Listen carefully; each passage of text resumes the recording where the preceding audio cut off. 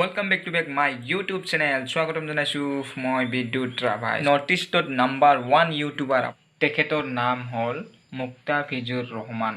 মুক্তাফিজুৰ ৰহমানৰ লগত যিসকল কৰ্মকৰ্তা অভিনেতা অভিনেত্ৰী আছে তেওঁলোকক এখনকৈ গাড়ী গিফ্ট দিছে, তাকো 5জনকৈ বডিগাৰ্ড তেখেতৰ লগত থাকে। পাগলা হৈ যাম মই। যদি আপোনালোকে সেই যুৱকজনক চাব বিচাৰিছে তেনেহ'লে ভিডিঅ'টো একেলগে চাব আৰু লগতে মোৰ চেনেলটো ছাবস্ক্ৰাইব কৰি দিব, ঠিক আছে? বলক আমি ভিডিঅ'টো আৰম্ভ কৰোঁ।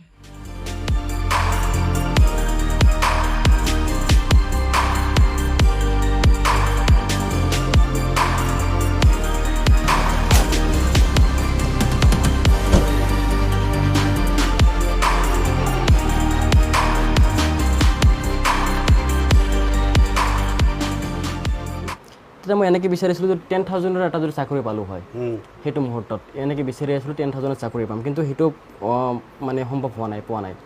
তো সেই ক্ষেত্ৰত কি হ'ল যে এনেকৈ ইউটিউবত লাগি থাকোঁতে মোৰ কিন্তু মা দেউতাই মোক বহুত ছাপোৰ্ট কৰিছে। মা দেউতাই মোক সকলো সময়ত কৈছে যে তই যিটো কৰি আছে সেইটো কৰি থাক, নিশ্চয় এদিন ছাকচেছ হ'বি। আৰু মা দেউতাই ছাপোৰ্ট নকৰিলে হয়তো এইটো ষ্টেজ আজি নাপালোঁ হয়। কাৰণ কথাটো হ'ল কি, ইমান অভাৱৰ ক্ষেত্ৰতো মই অভাৱ হয়তো ঘৰত হৈছিলে কিন্তু মোৰ হোৱা নাই। মোৰ যদি আজি ইউটিউবৰ কাৰণে এটা মাইক্ৰ'ফোন লাগিছিলে, মোক দেউতাই বা মায়ে যেনেকৈ নহওক ধাৰ কৰি হ'লেও কিনি দিছিলে। যেনেকৈ মোৰ মোবাইল ফোনটো মোৰ দেউতাৰ লগত কাম কৰা ল'ৰা এটাই মোক দিছিলে চলাবৰ কাৰণে। তো এনেকুৱা ক্ষেত্ৰত যেতিয়া দিছিলোঁ তেতিয়ালৈকে মই নাজানিছিলোঁ মই ইউটিউবত পইচা আহিব। লাষ্টত যেতিয়া মই শুনিছিলোঁ যে ইউটিউবে 21 তাৰিখে পইচা দিয়ে, মই গম পোৱা নাই যে পইচা ক'ত চেক কৰে, কেনেকৈ পইচা আহে। জাষ্ট মনিটাইজেশ্যন অন কৰি থৈ দিছিলোঁ। তেতিয়া এটা মই মেছেজ পাইছিলোঁ যে please check your recent payment. 21 message আহিছিলে।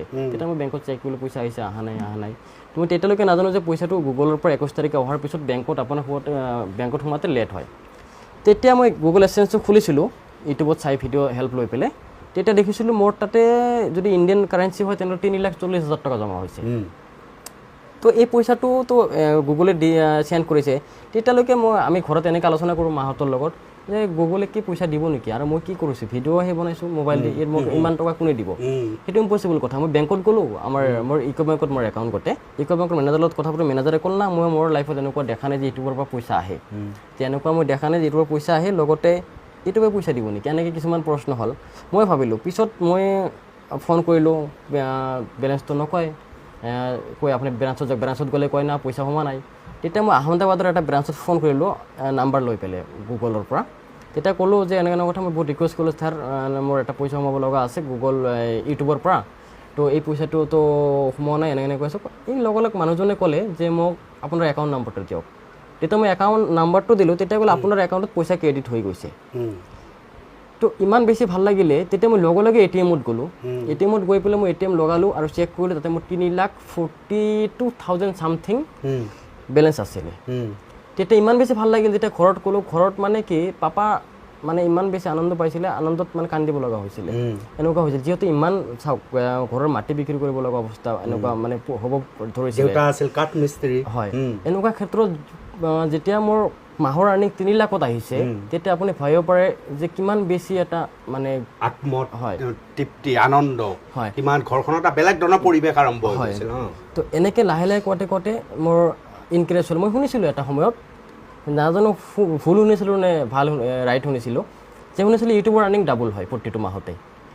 মই সেইটো আশাতে আছিলোঁ ইউটিউবৰ আৰ্নিং ডাবল হ'ব, কিন্তু এতিয়া গম পাওঁ ইউটিউবৰ আৰ্নিং ডাবল নহয়, ভিউজ বাঢ়িলেহে পইচা পাৰে।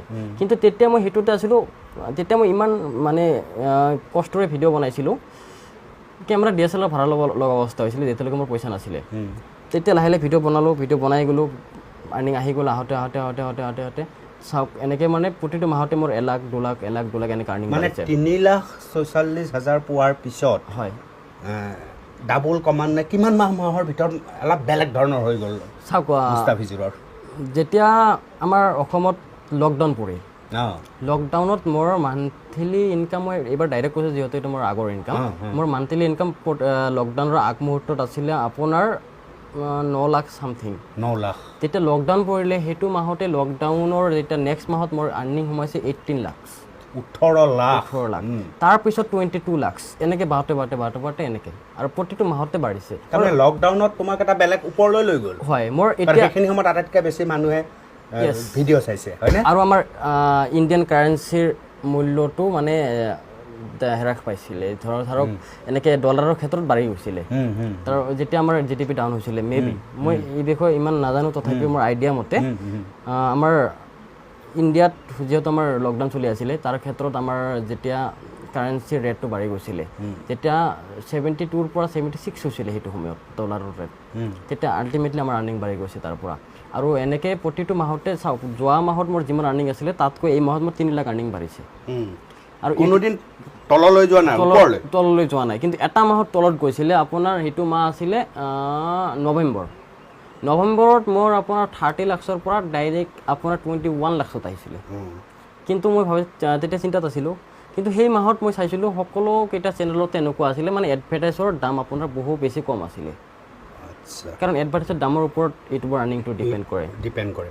আৰু তোমাৰ 8টা যে চেনেল আছে, হয়, তুমি আটাইকেইটা চেনেলতে ভিডিঅ' সেইমতে দি থাকা নহয় জানো? হয়, এটা ভিডিঅ'কেতো নিদিয়া, বেলেগ বেলেগ ভিডিঅ' নে এটা ভিডিঅ'কে 8টা চেনেলত দিয়া? তাৰমানে কথাটো হ'ল কি, মোৰ 8টা চেনেলৰ ভিতৰত মই 2টা চেনেলত নিজে কণ্টেণ্ট বনাওঁ, আৰু এইকেইটা চেনেলত মোৰ যিবিলাক ভাইটি মিউজিক কোম্পানীত আজি আপলোড কৰি মুক্তাফিজুৰ ৰহমানৰ যদি আপোনালোকে চেনেলটো চাব বিচাৰিছে, তেতিয়াহ'লে ডিছক্ৰিপশ্যনৰ লিংকটো দি দিম, আপোনালোকে চাব।